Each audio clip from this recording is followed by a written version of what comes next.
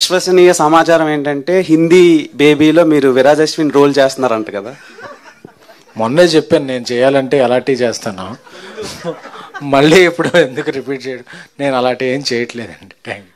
Okay, waiting for your performance on big screens. Thank you.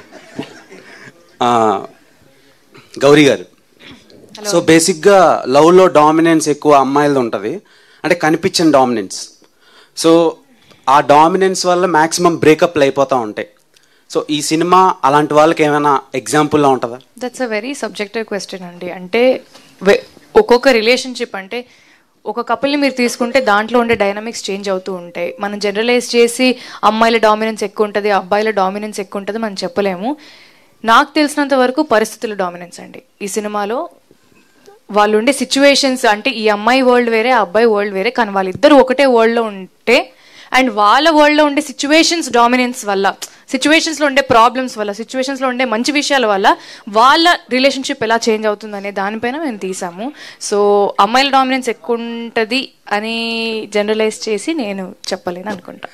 Gouri Priya గారు, చాలా realistic approach ఉన్న love stories తక్కువగా చూస్తుంటాం. అంటే అందులో ఇది ట్రూ లవర్ ఒకటిలా అనిపిస్తుంది, సాంగ్స్ కానీ టీజర్స్ కానీ చూస్తుంటే. మీ పెర్ఫార్మెన్స్ విషయానికి వచ్చేసరికల్లా మీకు ఎంత స్కోప్ ఉంది, అంటే మీరు ఎంత బెటర్ అయ్యారు ఈ ట్రూ లవర్ తర్వాత? డెఫినెట్లీ అండి, డెఫినెట్లీ. అంటే ఇంతకుముందు నేను తమిళ్లో ఒక వెబ్ సిరీస్ చేశాను, మోడర్న్ లవ్ చెన్నై అని, అమెజాన్ ప్రైమ్లో ఉంది అది. సో ఫస్ట్ నాకు అక్కడ లాంగ్వేజ్ ఇష్యూ ఇదంతా స్టార్ట్ అయ్యింది. అంటే మనకి ఇప్పుడు తెలుగులో కానీ తమిళ్లో కానీ వర్కింగ్ స్టైల్ అంతా సేమ్ ఉంటుంది, కానీ వేరే భాషలో ఆలోచించి వేరే భాషలో ఆ అమ్మాయిలాగా యాక్ట్ చేయడం అనేది అది డెఫినెట్లీ ఇట్ వాస్ ఛాలెంజింగ్. ఎందుకంటే I think in my mother tongue, నా ఆలోచన అంతా మదర్ టంగ్ తెలుగులోనే ఉంటుంది, కానీ బయటకు వచ్చేది తమిళ్లో రావాలి. సో ఆ చిన్న చేంజ్ ఖచ్చితంగా ఉండింది.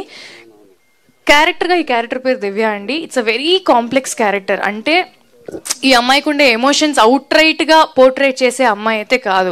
తనకుండే ప్రాబ్లమ్స్ వల్లనో లేకపోతే తనకు జరిగే మంచి విషయాల వల్లనో ఏదైనా ఆ అమ్మాయి అవుట్ రైట్గా చెప్పలేదు. సో ఒక క్యారెక్టర్లో ఇన్ని కాంప్లెక్సిటీస్, ఇన్ని లేయర్స్ ఉన్నాయని అర్థం చేసుకోవడానికి డెఫినెట్లీ టైం పట్టింది. అండ్ అది పోర్ట్రేట్ చేయడానికి నిజంగా మా డైరెక్టర్ గారి హెల్ప్ అండ్ ఆఫ్కోర్స్ మణికందన్ గారి హెల్ప్ చాలా ఉండింది. ఎందుకంటే ఇట్స్ నాట్ ఈజీ. అంటే మీరు న్యాచురల్గా తీసారని చెప్తున్నారు, కానీ న్యాచురల్గా తీయడం చాలా కష్టం అండి. న్యాచురల్గా ఏముంటాయి అని మేము కూర్చొని నోట్స్ రాసుకొని ఇలా చేస్తే న్యాచురల్గా ఉంది, ఇలా చేస్తే ఆర్టిఫిషియల్గా ఉందని మేము బుక్లో రాసుకొని చేసి చూసుకొని అప్పుడే మేము దాన్ని తెరకెక్కించాము. సో ఆ ఎఫర్ట్ ఖచ్చితంగా ఉండింది, కానీ ఇట్ వాజ్ అ బ్రీజ్ అండి. మారుతి గారు, గుడ్ ఆఫ్టర్నూన్ సార్.